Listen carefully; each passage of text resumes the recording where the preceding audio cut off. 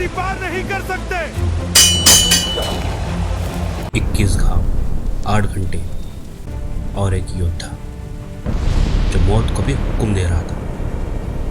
कल्पना कीजिए, आपके शरीर पर 21 गहरे घाव हैं, खून पानी की तरह बह रहा है, सामने 10,000 दुश्मनों की सेना खड़ी है और फिर भी आप मरने से मना कर देते हैं क्योंकि आपका राजा अभी सुरक्षित स्थान पर नहीं पहुंचा है। यह कहानी किसी फिल्म की नहीं बल्कि भारत के उस वीर की है जिसने मौत को भी 8 घंटे तक इंतजार कराया। बाजी प्रभु देशपांडे। 2 मार्च 1660 पन्हाड़गढ़ को चारों तरफ से सिद्ध जोहर की सेना ने घेर लिया था।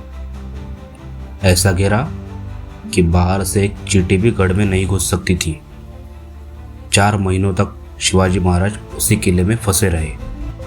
धीरे धीरे रसद खत्म होने लगी और हालात गंभीर होते गए। जब ताकत से काम नहीं बना तो महाराज ने युक्ति का सहारा लिया। उन्होंने सिद्दी जोहर को संदेश भेजा, हम शरण आने के लिए तैयार हैं, बातचीत के लिए आपकी छावनी में आएंगे। इस चाल से कसा हुआ घेरा ढीला पड़ने लगा और यही से शुरू हुआ असली खेल। रात के अंधेरे में एक ऐसी योजना बनी जिसने इतिहास बदल दिया। 2 पालकियां तैयार की गई, एक में खुद शिवाजी महाराज बैठे और दूसरी में उनके रूप में एक और शिवाजी। वो था शिवा काशिद, एक साधारण मावला लेकिन जिगर में असाधारण साहस रखने वाला। एक पालकी खुफिया रास्ते से विशालगढ़ की ओर निकल गई जबकि दूसरी सीधे सिद्दी जोहर की छावनी की ओर बढ़ी।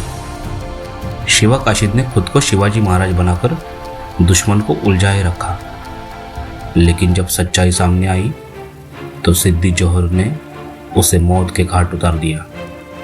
अपने स्वामी की रक्षा के लिए उसने अपने प्राणों का बलिदान दिया और इतिहास में अमर हो गया।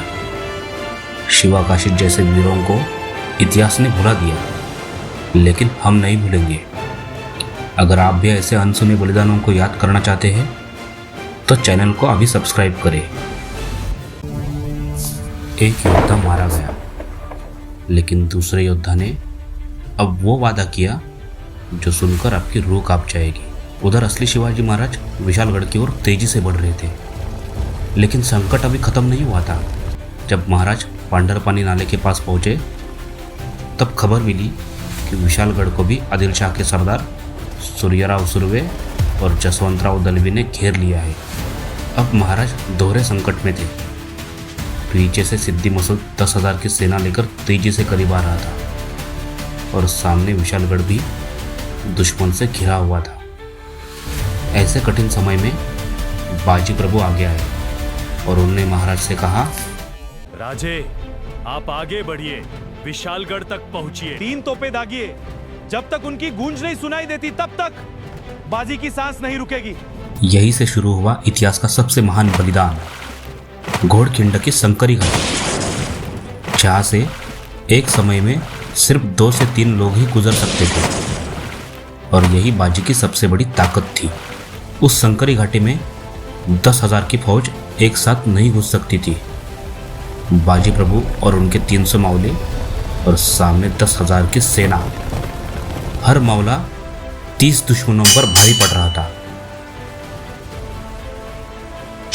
बाजी प्रभु दोनों हाथों में तलवार लिए साक्षात महाकाल बन चुके थे। हर वार के साथ वो मौत को पीछे धकेल रहे थे। उनके शरीर पर एक के बाद एक वार हो रहे थे, खून बह रहा था, लेकिन उनके कदम नहीं रुके।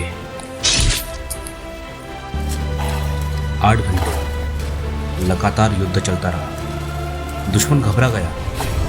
उन्हें लगा ये कोई इंसान नहीं बल्कि कोई ऐसी शक्ति है जो मरने के बाद भी लड़ रही है। खून इतना बहा कि उस खिंड का नाम बदल गया।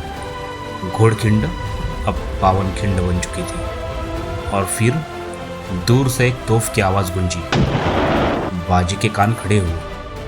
पहली, दूसरी और फिर जैसे ही तीसरी तोप की आवाज़ गूंजी, बाजी प्रभु के चेहरे पर एक संतोष भरी मुस्कान आई। उनका कर्तव्य पूरा हो चुका था। महाराज, अब सुरक्षित थे और उसी क्षण वो वीर धरती पर गिर पड़ा। बाजी प्रभु देशपांडे ने हमें सिखाया स्वामी भक्ति क्या होती है, कर्तव्य क्या होता है और बलिदान किसे कहते हैं। आज भी पन्हालगढ़ के नीचे वीर शिवाकाशित सोए हैं और पावन खिंड की मिट्टी आज भी बाजी प्रभु के खून से पवित्र है। अगली बार जब आप अपने बच्चों को घुमाने ले जाए तो उन्हें सिर्फ विदेश नहीं, अपने इतिहास से भी मिलवाए, क्योंकि इतिहास सिर्फ किताबों में नहीं होता।